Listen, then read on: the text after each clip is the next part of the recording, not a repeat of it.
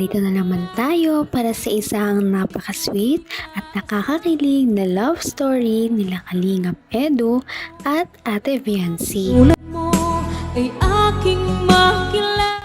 Sa pagpapatuloy ng kanilang love story ay may panibago na naman silang i-explore na lugar. Nakakatuwa nga dahil nung nakaraan lamang ay galing sila sa Palawan.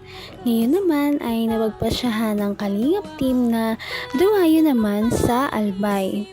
Kaya naman kasama si Ate Viancy at Kalingap Edu na pumunta dito. Sa kanilang pag-iikot nga ay nagulat si Ate Viancy dahil nakaupo lamang si Kalingap Edu noong hapon na yon. Sabi naman ni Kalingap Edu ay wala daw talaga siya sa mood na tumayo o maggala-gala. Ano kaya ang nararamdaman ni Kalingap Edu? Sabi naman ni Viancy ay magpipicture-picture na lang daw sila o di kaya mag-usap-usap man lang. Kaya naman noong tumagal ay napilit na rin talaga si Kalingap Edu dahil talagang hindi niya naman matitiis si Ate Viancy. Ako Hindi po po. kayo nanonood. Ano? Hindi po kayo nanonood ng multi. Lumapit ka nga. Hindi ko marinig. Sabi ko po, ba't po kayo din nagpapanood po?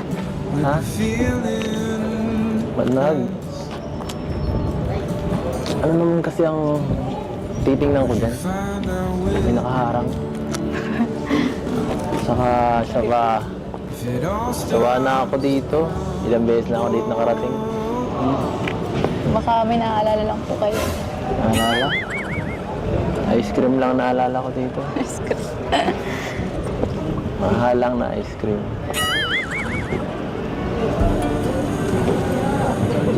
Ikaw? Siguro ikaw.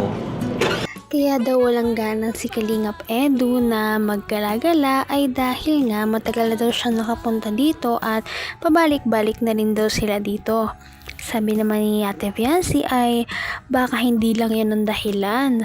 Baka naman may iba kasi siyang kasama dito na ayaw niyang maalala. Sabi naman ni Kalingap Edu ay wala. Sabi niya ang naaalala niya lang daw sa lugar na yun ay ice cream. Kaya naman nagtawanan silang dalawa. Sabi ni Kalingap Edu na mas maganda pa nga raw ang mayon tignan kapag umaga. Kaya titignan daw nila ito kinabukasan.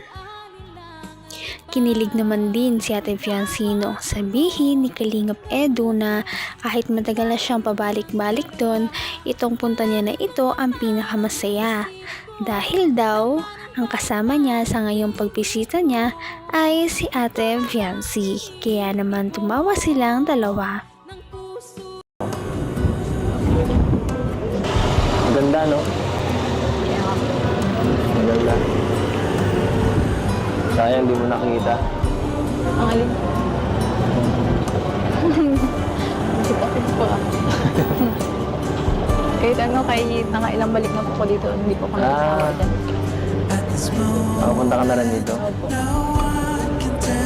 Kasama ako. Wala pa. Kayo po, mga ilang punta na po kayo dito. Marami na. Marami na din. Pero ito ang pinakamasaya. Alam mo kung bakit? Tinanong mo pa? Dito ka.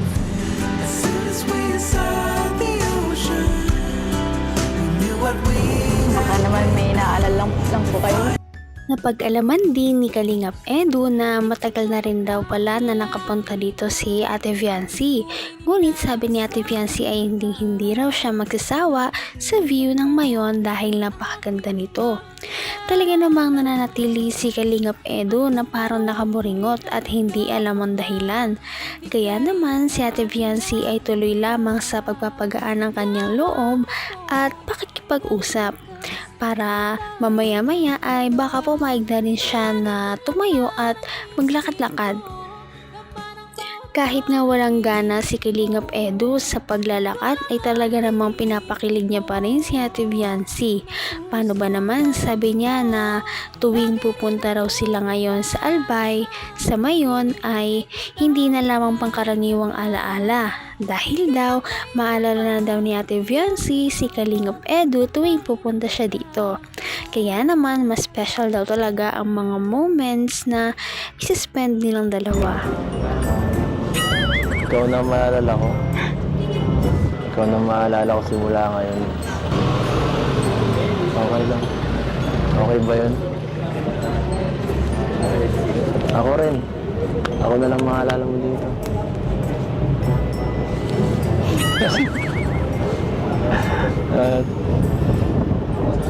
Tara po dun. Dun po. Tingin-tingin tayo dun. Wala akong gana. Tara na po. Tara po, palitan natin yung alaala.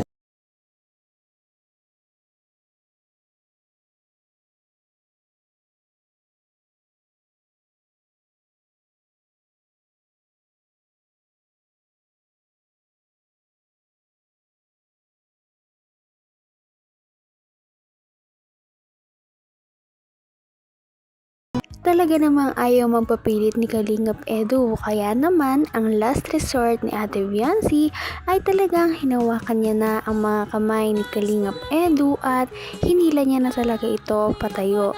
Kaya naman wala nang nagawa si Kalingap Edu kundi ay tumayo na at sumama kay Ate Viancy.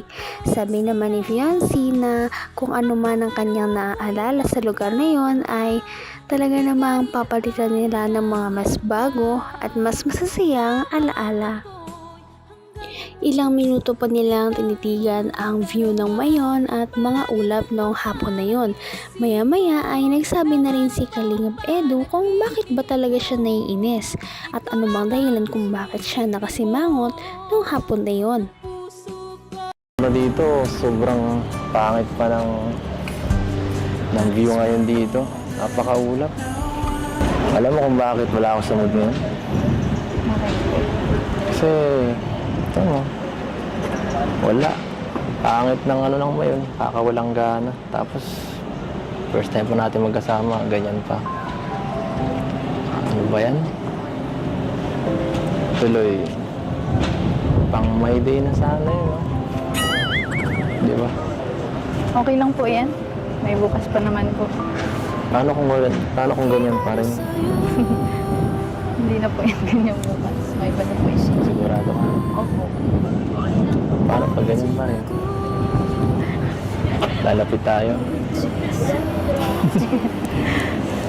Ganito. Huwag mo akong ngitian ng ganyan.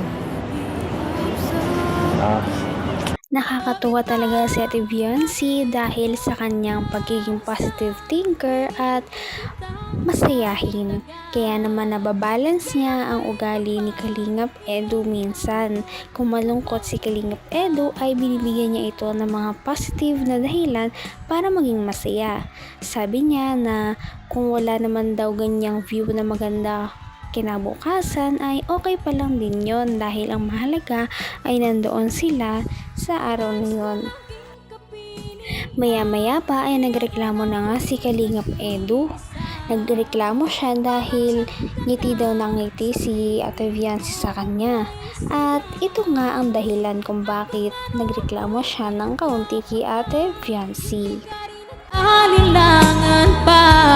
Huwag mo akong ngitian ng ganyan. Ano ako eh, hindi-distract ako. Picture ka. Wala pa tayo ditong alaala. Picture ka, ang cellphone ka. Ikaw naman. Sige po. Sige, ikaw na. Baliktad. Ikaw po magaw. Sige. Ang pangit ng buho ko. Yan na. Yan, bibigyan kita ng ito, bago alaala. Ay, nako. Napakaganda.